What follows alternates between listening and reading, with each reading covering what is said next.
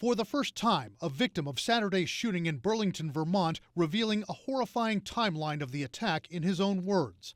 20-year-old Kenan Abdelhamid, one of 3 Palestinian college students who were wounded, tells CNN in a telephone interview that as they were walking close to the suspect's house, they saw him on his porch, first looking away from them. And he turns around, looks at us, and without saying a word, it's almost surreal, just went down the steps, pulled out a pistol, and shot my friend.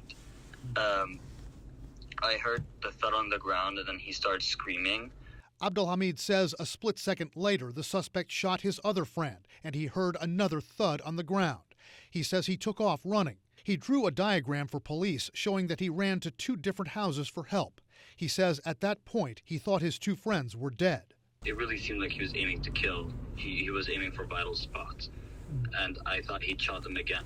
Abdelhamid has a bullet wound in the right glute. His friend Tassin Ali Ahmed was shot in the chest, and Hisham Awartani suffered a bullet wound to the spine. I have no words. I hope he will walk again. Appearing with his mother on ABC's The View, Kenan Abdelhamid says he didn't think he or his friends would have left the hospital if they hadn't heard the suspect had been caught. I still have this underlying fear because of the experience. So sometimes even like knocking at the door could give kind of a bit of a fear response. The suspect, Jason Eaton, has pleaded not guilty to 3 counts of attempted murder in the 2nd degree.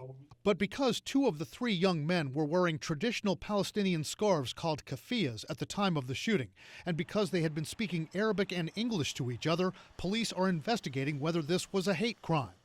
Police say Eaton bought the gun he used in the attack legally. Meanwhile, police in Syracuse, New York tell CNN Eaton's ex-girlfriend called them 10 years ago and asked them to remove his shotgun from her home, saying she was afraid to return the gun to him herself, citing his history of mental illness and domestic violence.